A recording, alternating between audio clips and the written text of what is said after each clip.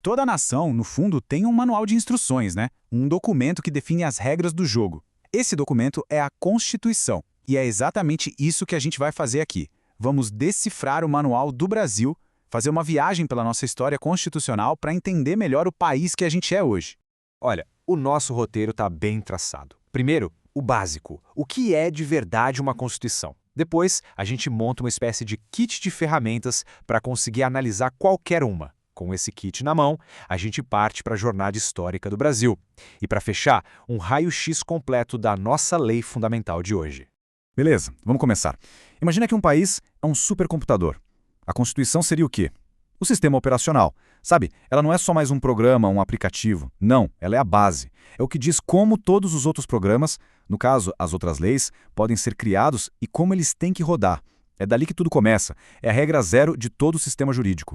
Isso nos leva a uma pergunta que, olha, é fundamental. Se existe esse livro de regras, quem é que o escreve? Pensa bem, a resposta para isso muda tudo. Foi um governante que simplesmente impôs a sua vontade? Ou foi o povo, de alguma forma, que participou e construiu o próprio destino? É essa tensão, essa disputa, que nos mostra por que é tão necessário classificar as constituições. Então, como é que a gente faz para ler uma Constituição de um jeito mais técnico, mais a fundo? É aí que entra aquele nosso kit de ferramentas que eu mencionei. A gente precisa de critérios, como se fossem várias lentes diferentes. Cada lente mostra um aspecto, uma característica.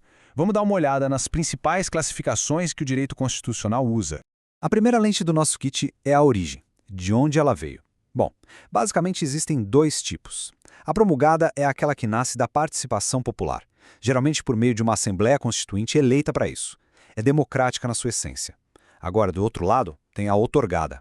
Essa é imposta, sabe? Vem de cima para baixo. Um governante ou um grupo no poder simplesmente diz as regras são essas. É um ato de força e não de um acordo coletivo. Ok, próxima lente, a estabilidade, ou seja, quão fácil ou difícil é mudar a Constituição. Uma Constituição rígida, que é o caso da nossa aqui no Brasil, ela é dura na queda. Para mudar qualquer coisa nela, o processo é muito mais complicado, mais solene do que para mudar uma lei comum. Isso serve para quê? Para proteger os pilares do Estado. Já uma Constituição flexível, ao contrário, pode ser alterada pelo mesmo processo de uma lei comum, o que, claro, oferece bem menos segurança. E o tamanho do texto? Ela é detalhista ou vai direto ao ponto? Uma Constituição analítica, que a gente também chama de prolixa, é aquela que desce nos mínimos detalhes. É um textão, sabe? Fala sobre um monte de coisa. A nossa de 88 é um belo exemplo. Já a sintética é o oposto. Ela é enxuta, focada só nos princípios gerais e na estrutura básica do Estado. A dos Estados Unidos é o exemplo clássico. Agora, essa aqui é uma classificação fascinante. É a chamada classificação ontológica de Carl Lowenstein. A pergunta aqui é brutalmente honesta. Essa Constituição vale no mundo real ou é só um pedaço de papel? Se ela de fato comanda o jogo, limita o poder e organiza a vida política, ela é normativa. Agora, se ela é um belo documento, cheio de boas intenções, mas que não consegue se impor na prática, talvez porque a sociedade ainda não chegou lá, ela é nominativa. E tem o pior caso, quando ela é só uma fantasia, uma fachada para legitimar um poder que já existe, geralmente autoritário. Aí ela é chamada de semântica. Pronto, com o nosso kit de ferramentas montado, agora estamos preparados para começar. Vamos usar todas essas lentes para olhar para a história do Brasil. O país já teve várias constituições, e cada uma delas é, no fundo, uma fotografia de uma época, mostrando aquela eterna queda de braço entre quem está no poder e o que o povo deseja.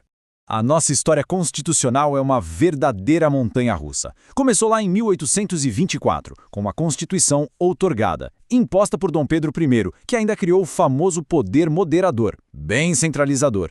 Aí, em 1891, a República chega com uma carta promulgada, um sopro de democracia. Em 1934, outra promulgada, trazendo novidades como direitos sociais. Mas a alegria durou pouco. Em 1937 veio o baque, a Constituição outorgada do Estado Novo, super autoritária.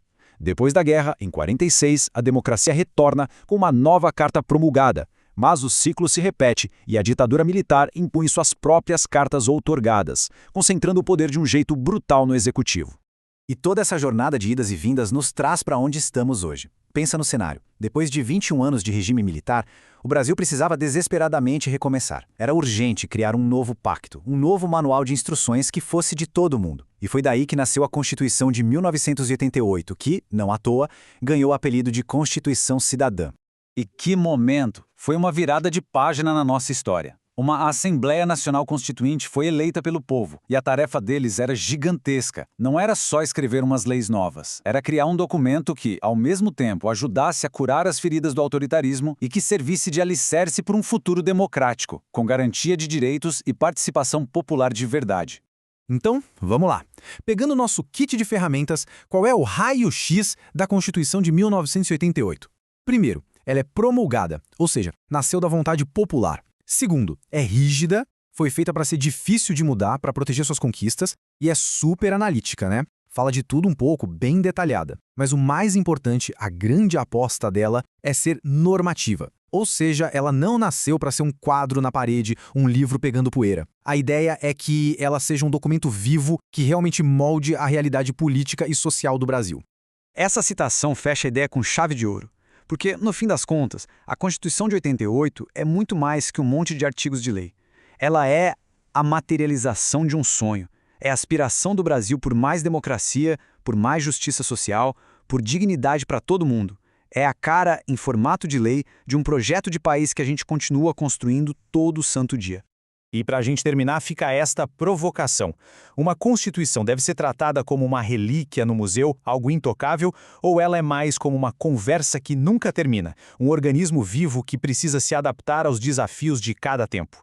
A resposta que a gente, como sociedade, dá para essa pergunta não diz respeito só ao nosso passado. Ela, na verdade, define o nosso futuro.